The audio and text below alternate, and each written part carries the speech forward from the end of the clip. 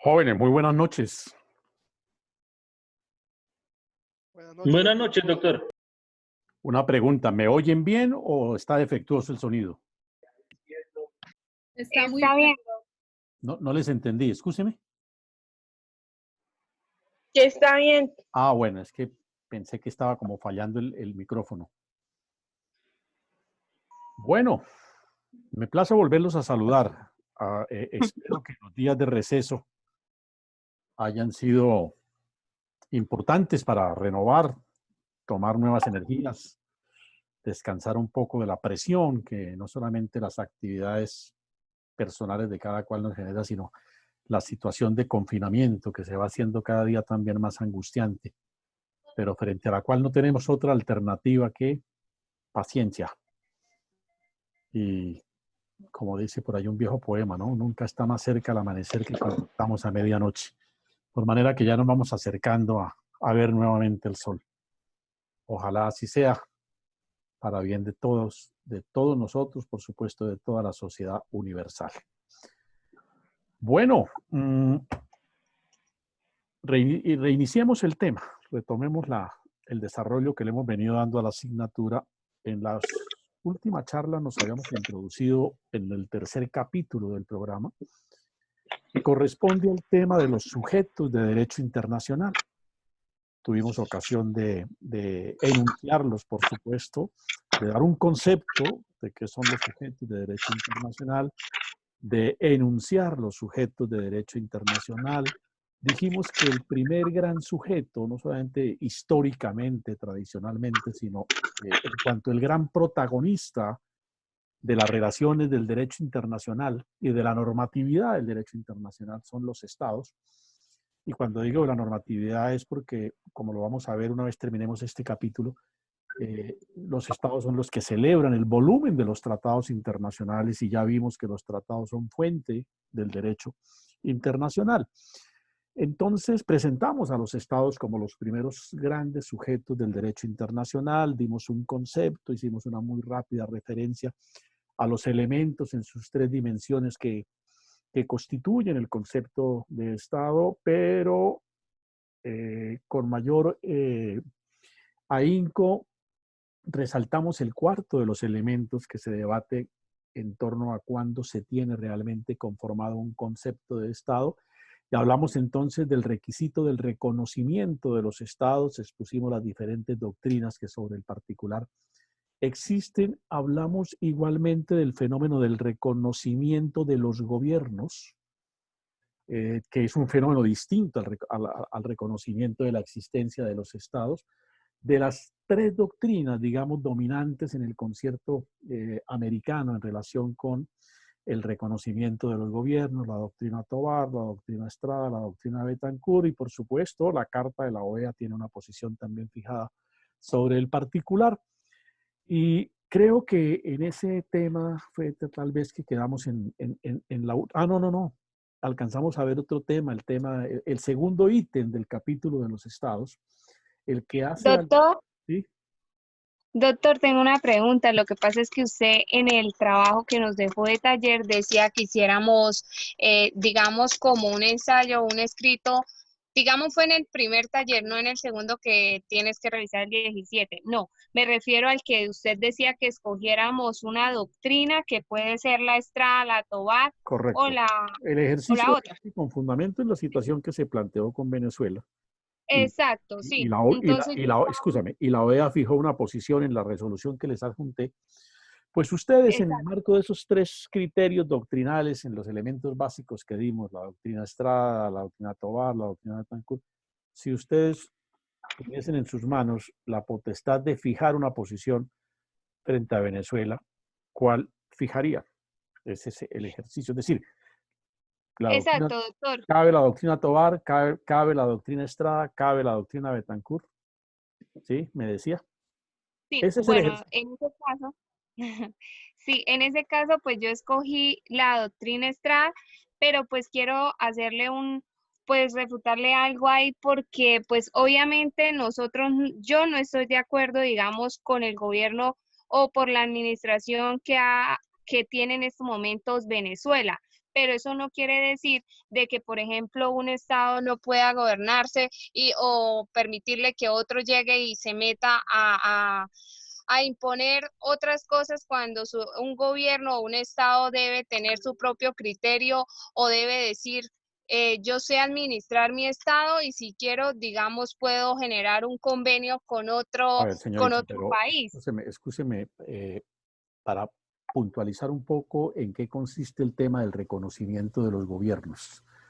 El Sí, tema del reconocimiento de los gobiernos que hacen los gobiernos de otros estados no sí, depende de que a mí me guste o no me guste el gobernante del estado, es decir, en este caso puntual de que nos guste o no nos guste el señor Maduro, de que consideremos que está obrando correcta o incorrectamente, es decir, esas valoraciones no dependen, de eso no depende el reconocimiento de los gobiernos. El reconocimiento de los gobiernos depende de otros factores, que son los que precisan las tres doctrinas, ¿sí? Son los que precisan las tres doctrinas. Entonces, en ese ellos sentido es que el hablaban. debe aplicarse. ¿Sí? Ok, ¿Sí me ellos hago entender? hablaban de la democracia, hablaban de los derechos humanos y del orden social, ¿sí? Correcto. Y ellos definían que independiente, o sea, para ellos esto desde el 2019 no aceptan la elección consideran ilegítimo la elección de Correcto. Maduro, ¿sí? De qué depende la legitimidad de un gobierno? Sí, ¿Sí? Entonces las tesis parecen tener un elemento común. Es eh, que al gobierno se haya accedido por métodos válidos y la validez depende de que haya sido democrático el procedimiento a través del cual se llegó al ejercicio de la condición de mandatario. Y entonces de eso depende la legitimidad o la no legitimidad de un gobierno, que gobierne de derecha, de izquierda, que quite, que ponga, que diga, eso es otro problema.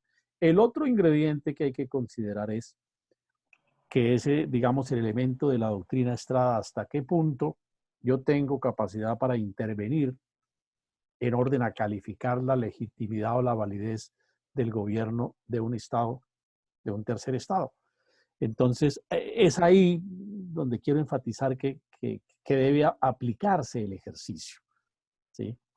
¿Qué es lo que plantean los mexicanos en la doctrina Estrada? Nosotros no reconocemos ni desconocemos gobiernos, ¿sí?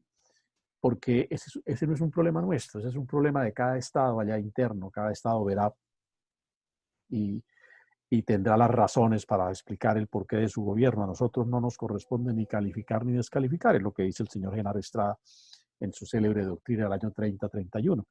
Entonces, y es la posición de México, y por eso México ni quita ni pone en relación con el reconocimiento de los gobiernos. Las otras doctrinas pues tienen unas posiciones contrarias porque sí entran a calificar los hechos que acontecen internamente en cada estado para de ahí determinar si se tiene o no se tiene legitimidad. Entonces, no sé si he sido suficientemente claro para sí, precisar los doctor. términos en los que se debe hacer el ejercicio. Es un ejercicio muy sencillo, realmente no tiene mayor complicación. Por supuesto, cualquiera que sea la tesis que escojan, cualquiera que sea la tesis que escojan, lo que interesa es sustentarla. ¿Sí? Sí, Sustentarla. No, no, sí, doctor. escúchame, Lo que pasa es que Rocío, la resolución de la OEA es Sí. muy clara y determina unos Bueno, parámetros para determinar el eso dijo la convenio. OEA, eso dijo la OEA, ¿sí? Y no estoy discutiendo la validez o no validez. Yo lo que estoy, el ejercicio es, olvídese de la resolución de la OEA. El ejercicio es, haga abstracción de la OEA. ¿Cuál de las tres doctrinas aplicaría usted en el caso de Venezuela? Olvídese de que la OEA se pronunció sobre el particular. ¿Ya? Sí, sí, Listo. doctor. Lo que quiero Bien. es que usted tenga una teoría, la que ustedes en su leal saber y entender consideren que es del caso. Si México tiene razón, si tiene razón el señor Estrada, el señor Tovar, si el señor Betancourt tiene razón, eso, de eso se trata, básica y fundamentalmente. Porque pues obviamente no les voy a decir que la posición de la OEA, porque la OEA la fijó en su resolución. Por eso le digo, hagamos abstracción de la posición de la OEA. Bien, reanudemos el tema. Y para cerrar el capítulo, a mí lo que me interesa es que fijen una posición, pero que la sustenten, ¿no? No se trata de una sustentación pues muy extensa, una sustentación, por breve que sea, pero bien sustentada. Eso es lo que me interesa para los efectos de la valoración del ejercicio. Bueno, bien, vimos igualmente el tema de cómo los estados adquieren territorio. Dijimos que hay modos originarios, que hay modos derivados, que los modos originarios son aquellos modos en los que no interviene la voluntad o la acción humana, sino que generalmente acontecen por fenómenos o por sucesos que la naturaleza misma da.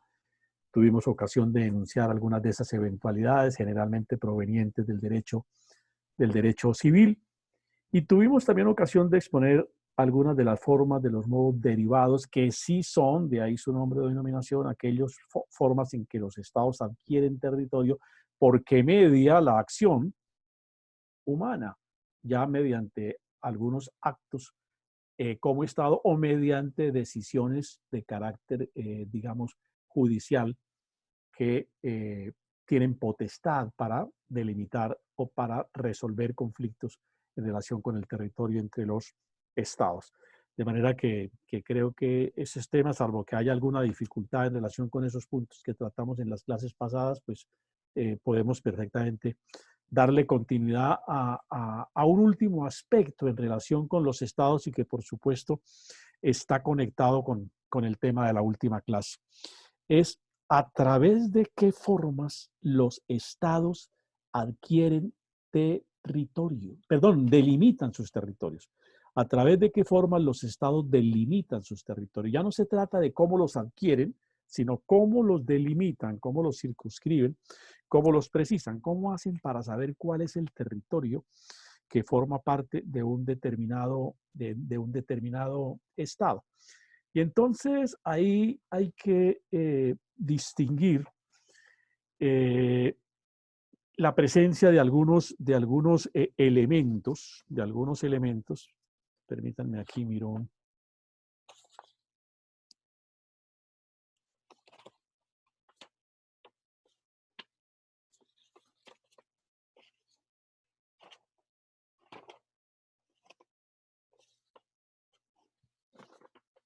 Se me revolvieron las diapositivas aquí.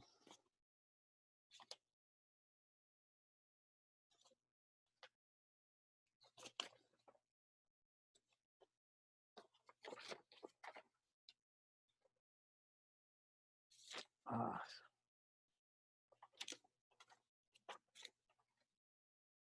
Bueno, las iba a subir, pero las tengo aquí bastante desordenadas. Entonces decimos, el tema inicial esta noche es cómo los estados delimitan sus territorios, valga decir, cómo trazan las líneas fronterizas entre ellos. Pues por supuesto hablamos de estados que son limítrofes, ¿no? Porque lo demás sería absolutamente utópico o absurdo pensar en que existiera este fenómeno. Y entonces hay que decir que en relación con ese aspecto utópico, el derecho internacional también prevé diferentes formas, diferentes mecanismos a través de los cuales los estados pueden resolver sus conflictos limítrofes, ¿no? Entendiéndose, por supuesto, que ello es trascendente, sustancial, para que los estados puedan saber cuál es su territorio Y la importancia de saber cuál es su territorio es poder determinar con claridad qué elemento humano está vinculado a ese territorio y hasta dónde va el alcance de sus potestades o de sus capacidades, digamos, jurisdiccionales, ¿no? Hasta dónde puede ejercer poder ese Estado. Esa es la razón, digamos, principal de delimitar las fronteras o las líneas divisorias entre los distintos estados. El profesor Gaviria Liévano dice que hay 4 categorías de fronteras. 4 categorías de fronteras. La primera, las que siguen un accidente geográfico. Entonces usted puede determinar las fronteras por factores naturales. Por ejemplo, montañas, ¿sí? Una serranía, una cordillera, un accidente geográfico montañoso es una referencia de carácter natural, es un accidente geográfico, por supuesto, que nos puede permitir para que los estados delimiten las fronteras. El caso Colombia-Venezuela, aquí en la línea fronteriza que se da con el departamento del Cesar. Creo que esa serranía se llama la serranía del Perijá, si mal no estoy. Pues si usted pasa por Valledupar, la serranía del Perijá cae a Venezuela. La línea fronteriza en esa porción de la línea, de la zona de frontera, está dada por el accidente montañoso, conocido como la serranía del Perijá. Pero por supuesto, también caben otro tipo de accidentes. Los ríos son una gran referencia para que los estados puedan delimitar sus fronteras. Las fronteras con Venezuela, a propósito, las fronteras terrestres, ¿no? Terrestres porque las líneas marítimas han tenido, en una parte tienen un punto bastante conflictivo que está inactivo hace muchos años por las circunstancias que ese tema genera para los dos estados. Pero las líneas fronterizas entre Colombia y Venezuela, que como dijimos en una ocasión pasada, fue resuelta mediante el laudo arbitral de la corona española en 1891, no tuvo mayores dificultades porque realmente se orientó por algunos títulos de derecho, pero también se orientó fácilmente por los accidentes geográficos. Toma la serranía del Perijá, toma después lo que es el río Arauca y luego lo que es el río Orinoco. Básicamente, esos dos factores naturales, montañas y ríos, es lo que de los 2000 y pico de kilómetros que tiene la frontera con Venezuela, en buena parte esa frontera está perfectamente definida y se hace inconfundible, porque los referentes naturales diferencian y permiten distinguir sin tanta dificultad el territorio de uno y el territorio de otro. Los lagos, por ejemplo, también son puntos de referencia. Los estrechos que se dan en algunas zonas marítimas permiten determinar permite determinar el territorio de dos estados que son circunvecinos, ¿no? El segundo factor que toma el doctor Gaviria como elemento a través del cual los estados pueden delimitar sus fronteras son lo que él llama fronteras geométricas. Fronteras geométricas. ¿En qué consiste una frontera geométrica? En que se trazan unas líneas que son, por supuesto, imaginarias, son líneas imaginarias, a través de las cuales, tomando como puntos de referencia de dónde termina, dónde comienza o por dónde atraviesa la línea, se traza una línea imaginaria. Para traer un término muy común, se ponen una especie de mojones que permiten orientar por dónde se concibe que va la línea imaginaria, y eso permite perfectamente distinguir entre los estados el alcance de su extensión territorial, valga decir, definir perfectamente hasta dónde va el uno, hasta dónde llega el otro estado. Desde luego, esos accidentes hay que finalmente concretarlos en el tratado internacional por medio del cual se pacta o se definen como factores de diferenciación o de línea fronteriza la creación de las líneas imaginarias.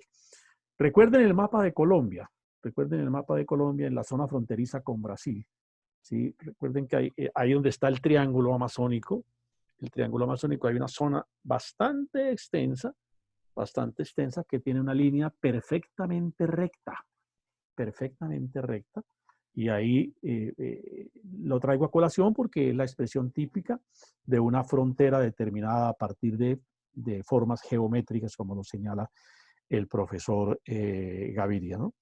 También se puede delimitar dentro del concepto de fronteras geométricas a través de la referencia de meridianos o de paralelos. La frontera va hasta el meridiano tal, hasta el paralelo tal, perfectamente. Eso se puede tener definido. Básicamente, esta es una figura que se utiliza cuando hay que definir líneas marítimas, porque ahí sí no es fácil hablar de delimitación a través de líneas imaginarias. Entonces, ¿cuál es la línea que se toma? Básicamente, cuando cabe la oportunidad paralelos o cuando cabe la oportunidad meridiano. Era el caso, o es el caso, que nosotros tenemos con Nicaragua. ¿Cuál es el punto de referencia de limítrofe en las aguas marítimas entre Colombia y Nicaragua? El meridiano 82. El meridiano 82 es el punto de referencia que los tratados internacionales que Colombia y Nicaragua suscribieron en su oportunidad para definir ese tema de las aguas limítrofes tomaron como referencia. Y obviamente, donde llega el meridiano 82, perfectamente se sabe cuál es la porción de agua que corresponde a cada uno de esos estados, ¿no? Un tercer factor, dice el profesor Gaviria, son las fronteras de carácter antropológico. Fronteras de carácter antropológico, hoy en día no tan usuales. Hoy en día no tan usuales porque los procesos de integración de los pueblos han permitido romper un poco y los procesos de no discriminación, si ustedes también lo permiten, o mejor, procesos de inclusión vistos desde la otra orilla del concepto, han llevado a que los pueblos, antes de ser factores de división territorial, se integren más bien territorial porque tienen unidad de carácter cultural o de carácter racial, ¿no? Entonces, pero en algunas oportunidades, la existencia de determinadas comunidades unidos entre sí, sus integrantes por factores raciales o culturales, podía servir para delimitar fronteras entre los estados. A título de ejemplo, hasta donde está la comunidad, qué sé yo, una tribu indígena cualquiera, país, por decir algo, ¿sí? Hasta donde están los países es el territorio de un estado y de donde están los países de para allá es el territorio de otro estado, porque se da en medio de las dos expresiones territoriales, digamos, un factor que sobresale, que es la presencia de un pueblo que tiene una identidad que permite tomarlo como punto de referencia para distinguir la extensión territorial de esos estados, ¿no?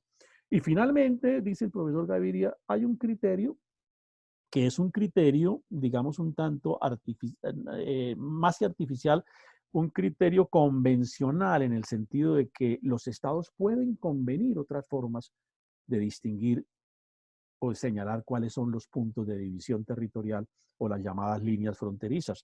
Entonces, podemos tomar como referencia la construcción de un muro, ¿sí? El muro que quería hacer el señor Trump con México, por ejemplo. Ahí el muro perfectamente divide.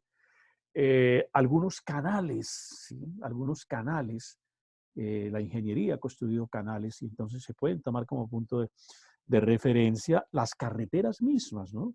Las carreteras mismas, las calles. Hay estados, el caso de Leticia, por ejemplo, donde la confluencia de los estados se da en un mismo punto y lo que marca dónde es Perú, dónde es Brasil y dónde es Colombia son calles.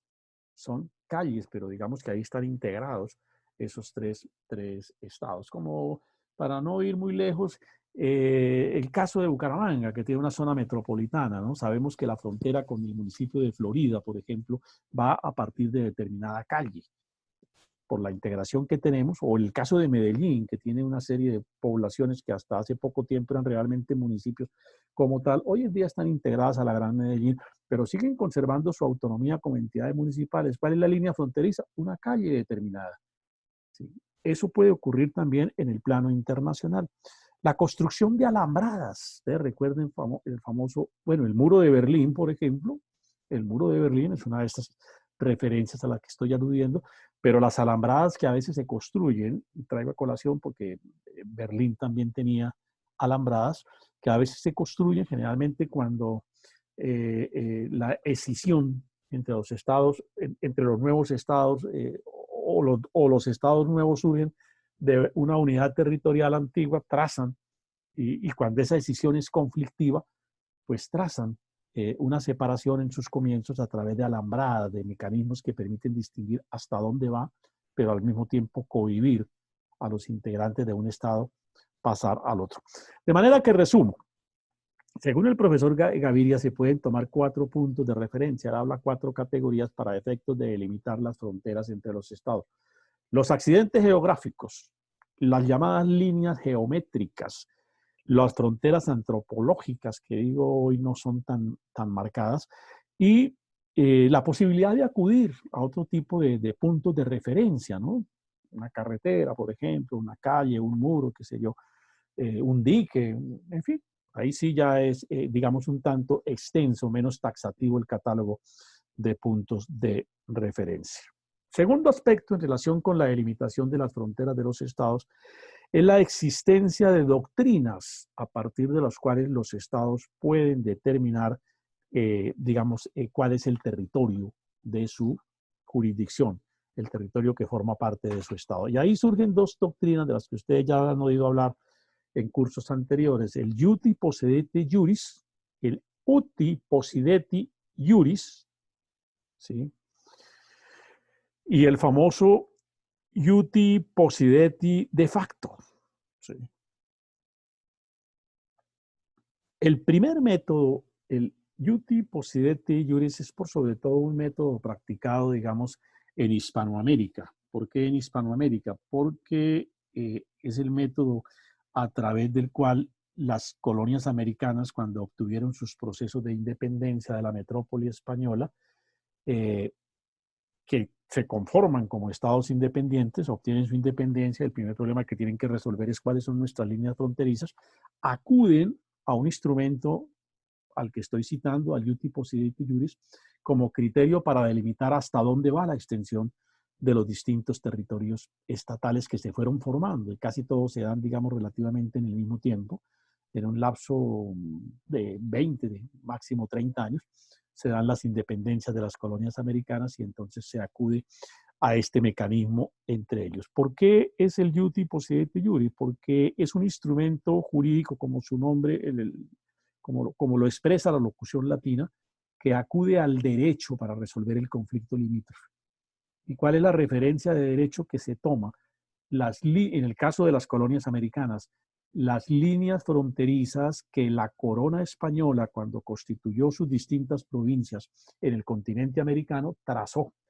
Y entonces dijo, por ejemplo, la Nueva Granada va de tal parte hasta tal parte, de arriba hacia abajo, es decir, fijó unas delimitaciones territoriales, y ese es un punto jurídico al que se acudió por los estados americanos cuando obtuvieron su independencia para delimitar el alcance territorial de sus distintos estados. Es un método de aplicación de derecho. Significa que los estados constituidos, bueno, en el caso de los países americanos, como consecuencia de la independencia, ahí la doctrina, tienen derecho a conservar sus territorios de conformidad con la división fronteriza, decía hace un instante, que las disposiciones reales, los títulos, las cédulas reales que expedía para tal efecto la corona española, determinaron. El territorio americano fue dividido por los españoles en provincias adscritas a los virreinatos y a su vez a las capitanías. Era como la división territorial que los españoles crearon. Pues bien, las distintas delimitaciones de todas esas porciones o unidades territoriales son los títulos que sirvieron después a los nuevos países para decir mi territorio va de aquí hasta aquí. Entonces, en el fondo, digamos, el argumento central de la teoría del iuti possidenti juris. Cuando Colombia obtuvo su independencia, en la famosa ley fundamental del Congreso de Angostura de 1819, allí les ruego consultar esa ley, la Ley Fundamental de Angostura de 1819, que es el primer congreso que Bolívar organiza para darle una constitución a Venezuela y a Colombia. Ya Colombia había obtenido la independencia, Venezuela estaba en el proceso de independencia, pero Bolívar, que le gustaba ser un poco precoz y adelantaba todo, dispuso en Angostura que se congregara un congreso constituyente y de una vez fueran redactando una constitución.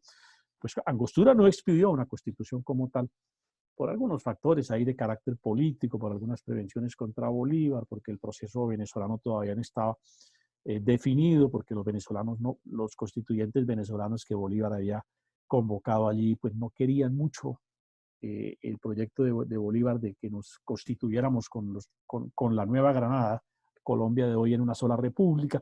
Entonces, por eso no se expidió finalmente la Constitución de Angostura, pero para no desairar a Bolívar, pues terminaron expidiendo lo que se llama la Ley Fundamental de Angostura, que en términos técnicos pudiésemos decir que es un documento preconstitucional, preconstituyente.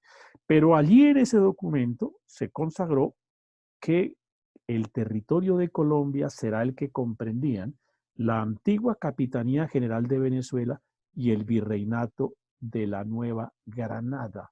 Esa disposición la ratificamos en la Constitución de Cúcuta de 1821, porque ahí sí creamos lo que la historia ha denominado la Gran Colombia, que fue la gran sociedad de Colombia, Venezuela y Ecuador.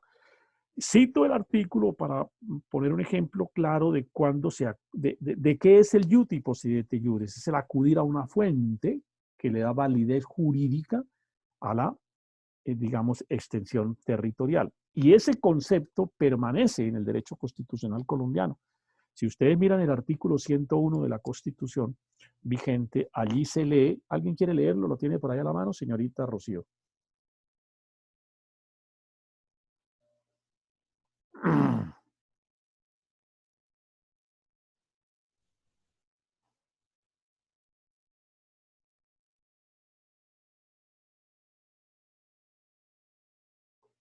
¿Lo encontró?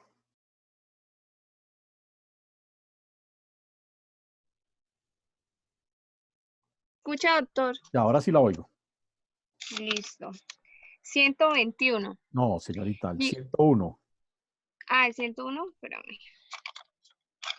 Dice, los límites de Colombia son los establecidos en los tratados internacionales aprobados por el Congreso, debidamente ratificados por el presidente de la República y los definidos por los laudos arbitrales en que sea parte la nación. Suficiente, Los suficiente, muy amable, muy amable. límites, Suficiente, suficiente. Esa es la parte que me interesaba. Ahí está contenida la teoría del iuti possidetis iuris.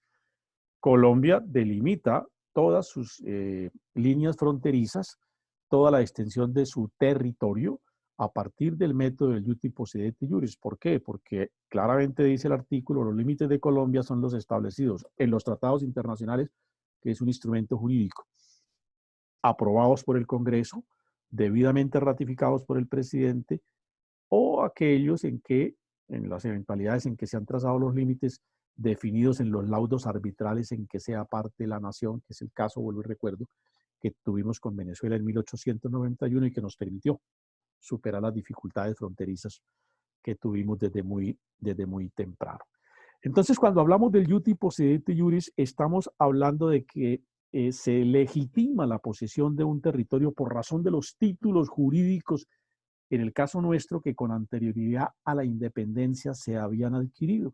Por eso se acepta jurídicamente que ese es un título válido. ¿Sí? En términos, digamos, un tanto coloquiales, el iuti possidetis iuris lo que significa es que lo que se poseyó se sigue poseyendo.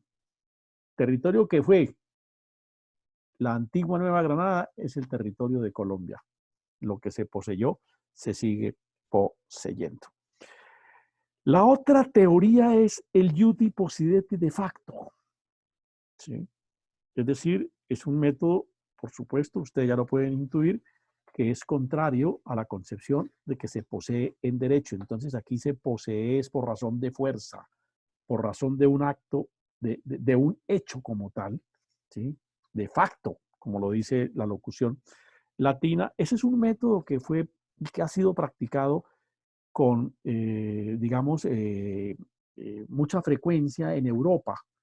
Europa ha sido muy conflictiva desde el punto de vista territorial. Ustedes saben que con las posguerras, con la Primera y la Segunda Guerra Mundial y con todos los sucesos históricos de Europa a lo largo de tantos siglos, aparecen y desaparecen estados con una facilidad única y las delimitaciones las hicieron, sobre todo en el caso de las dos guerras mundiales, sobre la base de el iuti possidetis de facto, lo que lograron conquistar, ganaron la manera como se repartieron impositivamente los territorios. En el caso de América, Brasil ha practicado el iuti possidetis de facto. Es tal vez el país del continente americano que más se caracteriza por la práctica de este método, que no es jurídico, es de facto, es de hecho, ¿sí? Entonces, en esa medida, pero no es jurídico en cuanto que el territorio nazca de una fuente jurídica, sino básicamente de un hecho de facto que finalmente el derecho termina admitiendo y reconociendo. Entonces, por eso se habla de la existencia de esas dos formas o de esos dos métodos de adquisición de territorio, de delimitación, perdón, de territorio por parte de los estados. Bien, ¿alguna pregunta hasta el momento? ¿Ninguna? Bueno, siguiente aspecto es, hablemos ahora del segundo tipo de sujetos del derecho internacional. Dejemos ahí ya los elementos centrales de los estados como primeros y como grandes sujetos del derecho internacional y hablemos ahora del segundo tipo de sujetos del derecho internacional. Y es lo que llamamos los sujetos atípicos.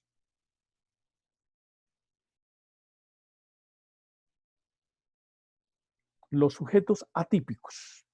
Sí. Es importante aclarar que además de los estados propiamente dichos, de los estados con todas las características que los conforman y a que hacemos o a que hemos hecho alusión en el punto primero de los grandes sujetos del derecho internacional, digo que además de los estados propiamente dichos, el derecho internacional prevé, contempla también la existencia de otros sujetos, de otros entes que sin tener las características que tienen los estados propiamente dichos, se consideran que son igualmente sujetos del derecho internacional y por consiguiente protagonistas o actores de las relaciones internacionales. ¿Cómo se definen? ¿Cuál es el concepto de esos llamados sujetos atípicos? Y entonces la doctrina da la siguiente definición. Sujetos atípicos son aquellos que se encuentran inmersos en las relaciones de derecho internacional, pero no cumplen con alguno de los requisitos esenciales de un Estado soberano, es decir, carecen ya de territorio, ya de población o ya de gobierno. Es como si fueran estados propiamente dichos, pero adolecen, carecen de uno de los elementos centrales que conforman el concepto de estado propiamente dicho. ¿Sí? Por eso se llaman atípicos. Les falta uno de los ingredientes, de los componentes, de los elementos que nos permiten conformar plenamente el concepto de estado. ¿Cuáles son esos sujetos atípicos? En primer lugar, la Santa Sede. En segundo término, el llamado Estado Vaticano. Ojo, desde ahora no confundir. Una cosa es la Santa Sede y otra la ciudad o Estado Vaticano, propiamente Estado Vaticano. O sea que hay dos sujetos atípicos. Aquí cometí la imprecisión, hay que corregir esta diapositiva, de confundirlos en uno solo y se transmite la idea de que son lo mismo, pero realmente la Santa Sede y la ciudad o el Estado Vaticano son dos sujetos atípicos perfectamente distintos. Se nos confunden porque tienen una cantidad de elementos que les resultan comunes, pero conceptualmente son perfectamente diferentes. El otro sujeto atípico es la Soberana Orden de Malta.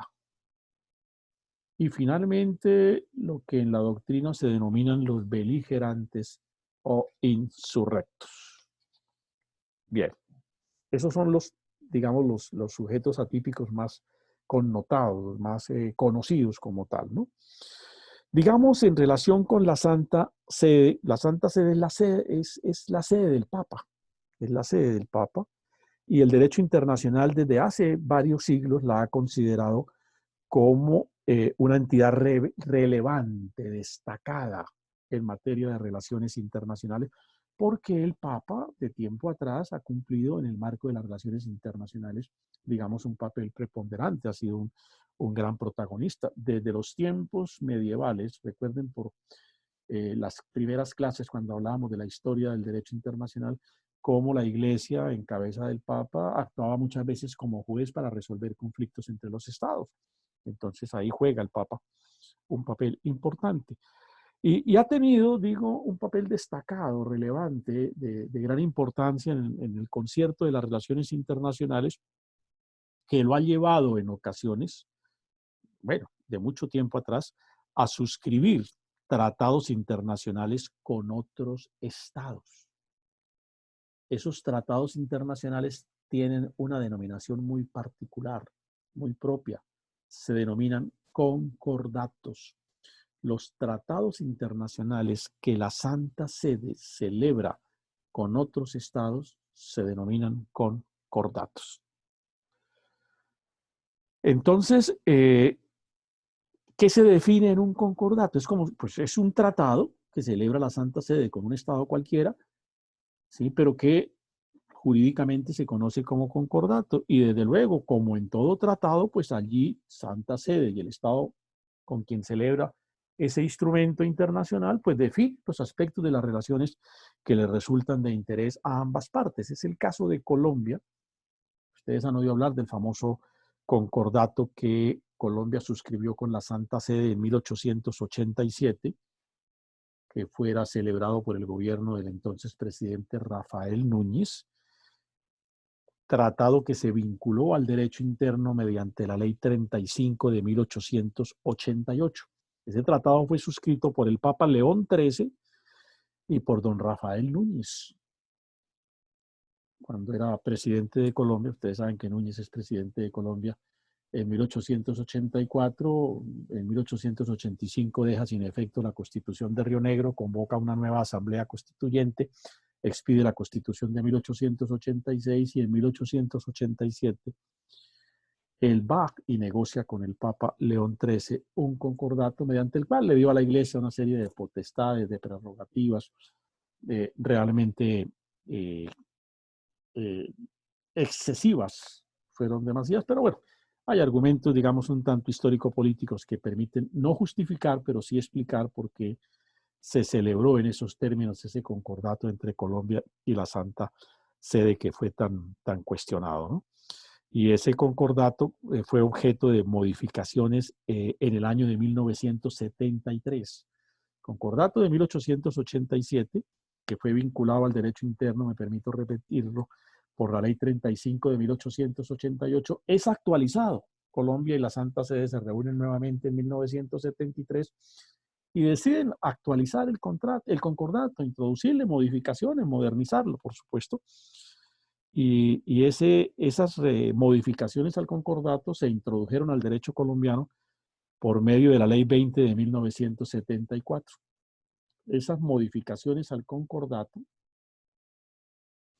que se hace por otro concordato, por supuesto, fueron acordadas entre el Papa Paulo VI, de que ustedes sí ya tienen seguramente algunos memoria o recorderis, y el entonces presidente de Colombia, el doctor Misael Pastrana Borrero. ¿Qué es la Santa Sede? Es un concepto que es necesario precisar. ¿Qué es la Santa Sede? Y entonces el derecho internacional define, concibe a la Santa Sede, ojo, como el conjunto de instituciones y organismos superiores de la curia, iglesia, valga decir, las congregaciones, los tribunales y los oficios, a través de los cuales el Papa dispone su autoridad o gobierna la iglesia. La Santa Sede es el organismo, la manera, digamos, jurídica como se organizan las instancias o las instituciones al interior de la iglesia y que, por supuesto, tienen al Papa como cabeza y a través de las cuales ejerce el gobierno de la iglesia. La iglesia no es Estado. La iglesia es una organización que tiene esas características que le permiten que el derecho internacional la acepte como un sujeto atípico del mismo. Entonces, así se define la Santa Sede, repito, como el conjunto de instituciones y organismos superiores de la curia de la Iglesia, todas las congregaciones, todos los tribunales, todos los oficios, todas las instancias, digamos, un tanto burocráticas que por sobre todo están ubicadas en Roma, a través de las cuales el Papa dispone su autoridad o gobierna la Iglesia. Ese es el concepto de la Santa Sede. La Santa Sede mantiene relaciones diplomáticas con la gran mayoría de estados. Claro, la Iglesia Católica como iglesia está presente en muchísimas partes del mundo, por eso celebra, pues primero acuerda relaciones internacionales y con muchos de esos estados celebra tratados llamados concordatos para regular los aspectos que a una y otra parte ya en particular le interesa. Y la Santa Sede, como si fuese un estado, designa también misiones diplomáticas que la representan. Misiones diplomáticas que la representan. ¿Quién encabeza esas misiones diplomáticas de la Santa Sede en otro estado? ¿Quién recuerda qué denominación se le da, digámoslo, a los embajadores del Papa o de la Santa Sede en otro estado? ¿Quién recuerda cuál es la denominación? ¿Cónsules? No. La oímos casi todos los días. ¿Sí? Esa manera de llamarlos es la de nuncios apostólicos. Cuando ustedes oyen denominar a alguien como el nuncio apostólico es el jefe de la misión diplomática que la Santa Sede, no el Vaticano, que la Santa Sede, ya dijimos que es la Santa Sede, designa para que lo representen en los estados ante los cuales se acreditan. Y desde luego, el derecho internacional le reconoce a los nuncios apostólicos el rango de embajadores, como si fuesen embajadores. Y el tratamiento que se les da es tratamiento de embajadores. Bien, viene el otro concepto, el concepto de el Estado Vaticano. El Estado Vaticano, que vuelvo y repito, pues es otro sujeto atípico, pero que insistimos es distinto a la Santa Sede. El Estado Ciudad de Vaticano tiene una explicación, digamos, de carácter histórico, no es la consecuencia de un proceso de absorción que hizo el entonces Reino de Italia de los estados pontificios en que gobernó el Papa hasta 1870. El Papa ha estado en Italia y el Papa gobernaba allí y tenía lo que se llamaba para la época los estados pontificios, pero vino en Italia un proceso político que hizo que el gobernante se tomara para Italia, para su poder, lo que eran los territorios pontificios y prácticamente dejó a la Santa Sede o al Papa como la canción de Escalona, como una casa en el aire. Lo dejó sin territorio. En la práctica, el Papa y la Iglesia venían a quedar bajo la soberanía italiana, porque el Papa fue objeto, o la Santa Sede fue un objeto del despojo de lo que llamaban los territorios pontificios, que era una figura o una concesión que se le había hecho de tiempo atrás, desde los tiempos medievales, a la Iglesia. Por eso la Iglesia es también desde hace muchos años un sujeto atípico del derecho internacional. Naturalmente eso produce una reacción y hay quienes pues pusieron el grito en el cielo de que será una situación inadmisible para la Santa Sede, que la Iglesia no podía estar sometida a la jurisdicción de la autoridad, al mando de la autoridad italiana. Y entonces pues se plantean las posibilidades varias para ver cómo se soluciona el conflicto. Se comienza por la primera, que era definitivamente la imposible, que Italia revierta los territorios que se había absorbido, le restituya a la Santa Sede esos territorios, pero obviamente el gobierno italiano a eso no iba a acceder, como en efecto no accedió. ¿Cuál es la segunda alternativa que se plantea? Entonces que la sede papal se traslade a otra ciudad, ¿sí? Que el Papa, bueno, deje Roma, se vaya para París, para Nueva York, para Estambul, para Bogotá, para donde ustedes quieran, en el sitio que por supuesto se hubiese determinado en ese momento, porque Papa, ya le quitaron donde vivir, le quitaron la casita, pues toda que se vaya y busque otra casa. Y entonces se planteó la alternativa a la Iglesia de cambiar la sede del Papa trasladarla a otra ciudad. Pero eso pues no prospera. Hay un gran apego, una gran tradición entre la iglesia y Roma, y pues Roma es la ciudad de San Pedro, por supuesto, y entonces hace que esa no sea tampoco finalmente la decisión escogida, y finalmente, tras una serie de acuerdos, de intervenciones políticas, de mecanismos de solución de conflictos, de conciliación en particular, en 1929 se firma lo que se llama el acuerdo, pacto, otros le dicen Tratado de Letrán de 1929, que fue firmado, por supuesto, por el secretario de Estado, que es el equivalente a ministro de Relaciones Exteriores de la Santa Sede, un cardenal, creo que se llamaba Gasparini, era el apellido Gasparini, y por el Estado italiano. Imaginen quién suscribió ese tratado. ¿Quién creen ustedes que para esa época actuaba en representación del Estado italiano?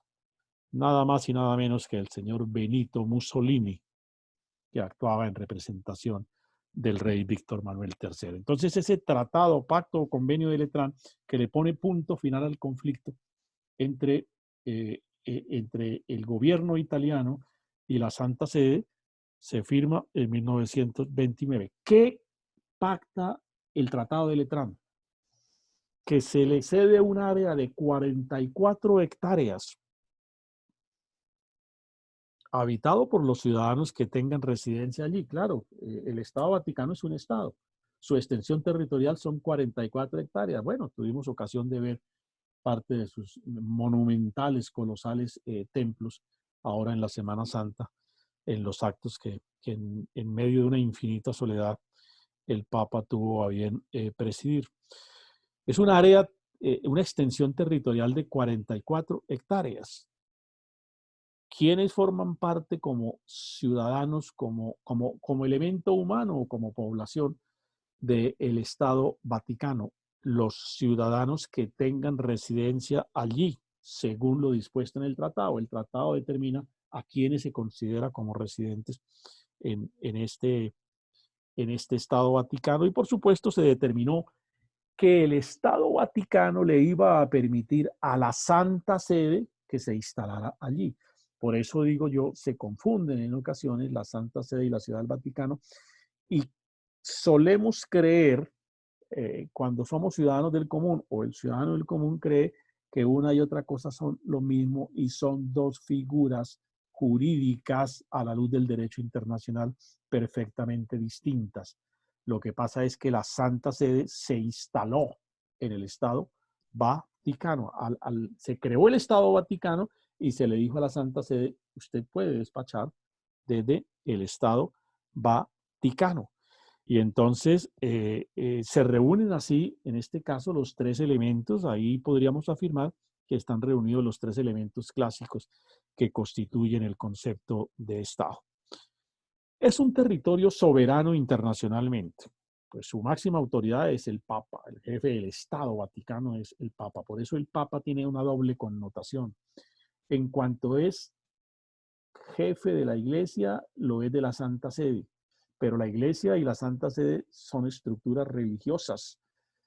El Estado Vaticano es una estructura política, es un Estado propiamente dicho, y el jefe de Estado es el Papa.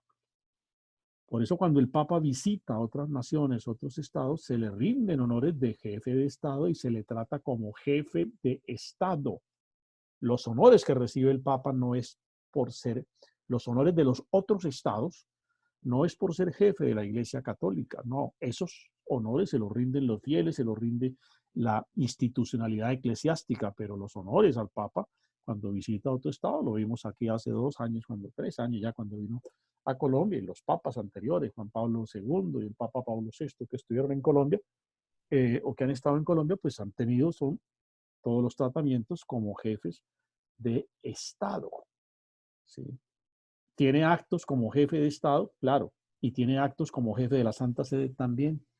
Con su iglesia organiza los actos que corresponden, digamos, a las actividades que como iglesia el Papa dirige u orienta. El Estado Vaticano, en consecuencia, también puede realizar tratados internacionales y, en consecuencia, el que es miembro de organismos internacionales es el Estado Vaticano. El Estado Vaticano, como sujeto de derecho internacional, forma parte de organismos internacionales. Tiene una particularidad, no tiene misiones diplomáticas, no hay embajadores, ¿sí? Pero esa función diplomática, ¿quién la cumple? ¿Cómo se suple? A través de los jefes de las misiones diplomáticas de la Santa Sede. Es decir, en la realidad y en la práctica, los nuncios apostólicos, que son los embajadores de la Santa Sede en otros estados, terminan oficiando como jefes diplomáticos también del Estado Vaticano en aquel estado en el que están debidamente acreditados. Entonces, la Santa Sede se ocupa del manejo de las relaciones internacionales del Estado Vaticano, porque el Estado Vaticano no tiene burocracia ni infraestructura para manejar ese tipo de circunstancias o de situaciones. Finalmente, la Soberana Orden de Malta. Es un título típicamente medieval y de hecho es una institución antiquísima, ¿no? La Soberana Orden de Malta. Yo no sé si ustedes la habían oído nombrar o no. ¿Cuál es su verdadero nombre? Pónganle cuidado al nombre pomposo que tiene. La Sagrada y Soberana Orden Militar y Hospitalaria de San Juan de Jerusalén, de Rodas y Malta. Ese es el nombre oficial de ese sujeto atípico del derecho internacional que de manera abreviada conocemos como la Soberana Orden de Malta. Es un estado. ¿Por qué es atípico? Porque carece de territorio. Carece de territorio. ¿Sí? Donde, digamos, se asienta como tal la Soberana Orden de Malta. También tiene su sede en la ciudad en la ciudad-estado Vaticano, en el Vaticano. Desde el año 1894, la Orden de Malta viene operando. ¿Sí? ¿Y cómo opera allí? Bajo una figura que el derecho internacional prevé, que es lo que se llama el Estatuto de Extraterritorialidad. El Estatuto de Extraterritorialidad, es decir, como si fuese una embajada, todo lo que la Orden de Malta en la dependencia o en el sitio que dentro de las 44 hectáreas que conforman el Estado Vaticano realiza allí son actos, digamos, independientes políticamente del Estado Vaticano. El Estado Vaticano lo que ha hecho es decirle, mire, aquí le dejo un edificio, una pieza, una alcoba, qué sé yo, instálese Soberana Orden de Malta aquí. Usted no tiene territorio, instálese aquí y todo lo que allí acontezca y esa porción territorial, digamos el inmueble, si de eso se tratara, que la Santa Sede o que el Vaticano le ha cedido, pues es como si fuera el territorio de la Soberana Orden de Malta. Esa imperfección, digámoslo, esa imperfección de no tener un territorio, tuvo territorio, pero esa imperfección que tiene, particularmente desde el año 1894, de carecer de uno de los elementos determinantes para la conformación del concepto de Estado plenamente dicho, pues es lo que hace que lo clasifique la doctrina como sujeto atípico. En el concierto internacional, la Soberana Orden de Malta goza de reconocimiento tal y como lo tienen los estados propiamente dichos, es decir, es un estado atípico. ¿Sí? Finalmente, por eso es un sujeto de derecho internacional. En ese orden de ideas constituye relaciones internacionales con otros estados, nombra misiones diplomáticas, tiene embajadores. Todavía les agrego un dato más. Tiene misión de observación en Naciones Unidas, en la Asamblea de la ONU. La Soberana Orden de Malta tiene unos observadores. Naciones Unidas le ha permitido que forme parte en calidad de observadores de este organismo de carácter internacional. ¿Qué características tiene la Orden de Malta? Se le considera como un ente neutral. La Orden de Malta es un estado neutral, imparcial, formalmente apolítico, y esas circunstancias le permiten a la Orden de Malta actuar en muchísimas ocasiones como mediador en los conflictos de carácter internacional, ¿sí? Le permite intervenir como una especie de Cruz Roja en ayuda cuando se presentan desastres naturales. Le permite intervenir como un organismo mediador en conflictos armados y en general en cualquier tipo de conflicto internacional. La Orden de Malta, Malta fue Estado como tal. Lo que hoy llamamos la Soberana Orden de Malta fue un Estado. Esta es una figura antiquísima. Esto viene del siglo XII o XIII. ¿Cuándo nace la Soberana Orden de Malta? Y ahí ustedes van a encontrar la explicación de cuál es la relación de la Soberana Orden de Malta con la Santa Sede, con la Iglesia en términos generales.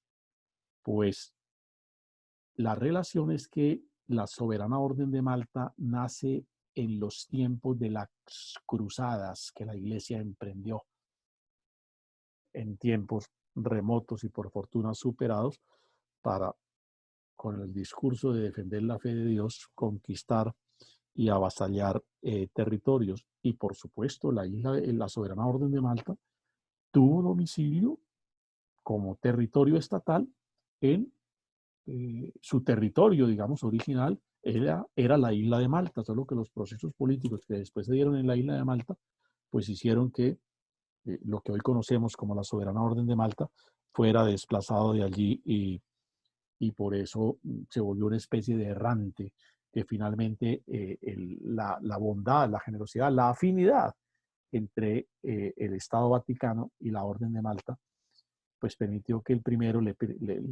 posibilitara a esta última, la Orden de Malta, instalarse y despachar desde la Santa Sede. Pero miren ustedes, es un cuasi estado, es como si fuese un estado. La Orden de Malta expide pasaportes. Expide pasaportes. Ojalá alguno de ustedes pudiera hacerse un pasaporte de la Orden de Malta porque es un instrumento, es una joya. Tiene una respetabilidad en cualquier parte del mundo. Tiene un sistema postal propio. Celebra tratados internacionales.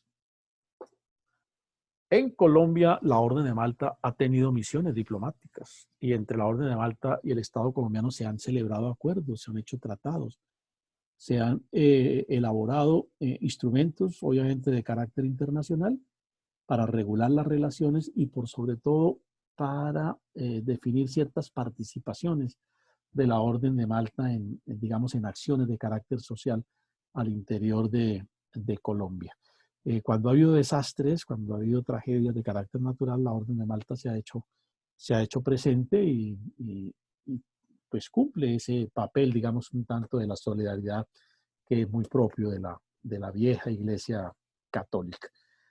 Si mal no estoy, hoy en día el número de personas que forman parte de la Soberana Orden de Malta como el elemento humano que conforma lo que hoy es el estado atípico de la Soberana Orden de Malta son aproximadamente 40.000 personas. Son aproximadamente 40.000 personas que pues se congregan políticamente en la Soberana Orden de Malta y que cumplen papeles en distintas partes del mundo. Bien, ¿alguna pregunta, alguna inquietud? ¿Todo, digamos, suficientemente claro? No oigo ninguna voz. Sí, señor. Bueno, jóvenes, para no agotarnos más, la verdad ustedes deben estar cansados. Yo he tenido hoy un día terriblemente extenuante. Estuve desde las 7 de la mañana en punto hasta las 8:15 de la noche con receso de 1 hora, no me lo van a creer, en clase de maestría. Y estas pantallas de computadora agotan demasiado. Creo que me voy a quedar dormido aquí en esta silla. No voy a alcanzar a llegar a mi cama. Entonces, no, y es que ya van a ser las 10 de la noche. Demos por concluida la clase de hoy, salvo que haya alguna inquietud, alguna pregunta en relación con el tema que hemos expuesto.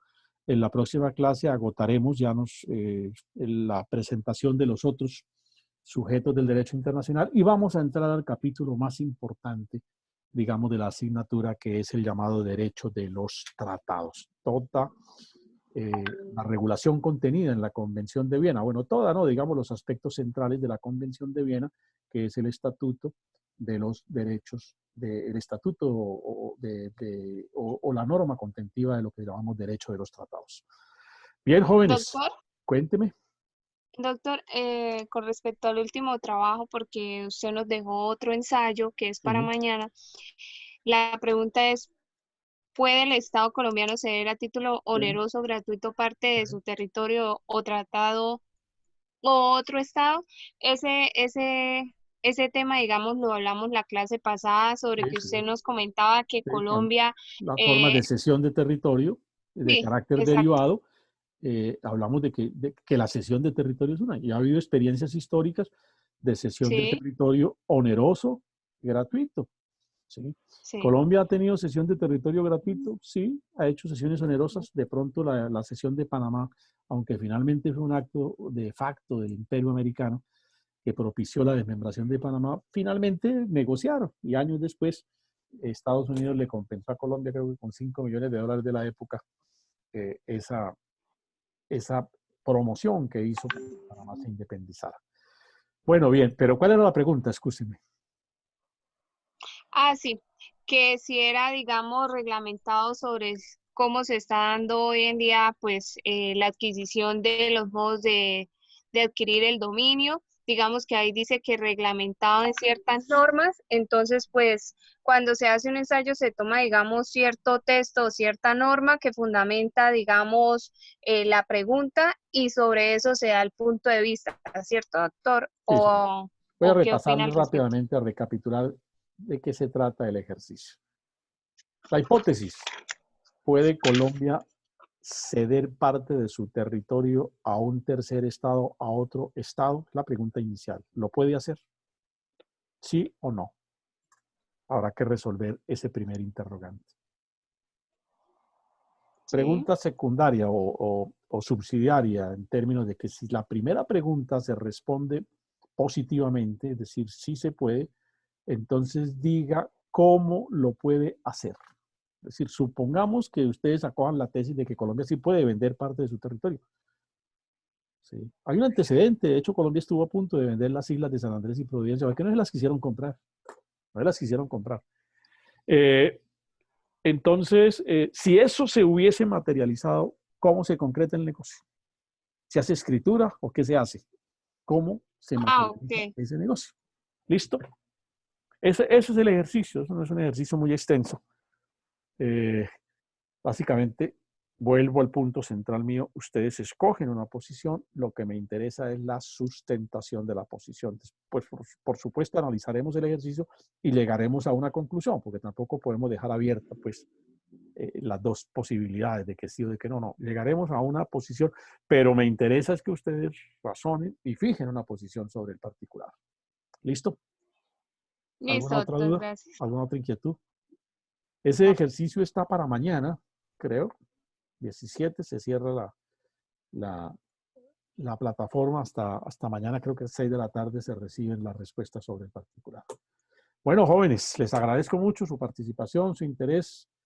Les deseo muy buena noche y nos veremos mañana, como el viejo dicho, a la misma hora y por estos mismos canales. Muy amables, muchísimas gracias. Hasta Vale, luego, doctor, feliz. que descanse. Igualmente para todos, muy amables.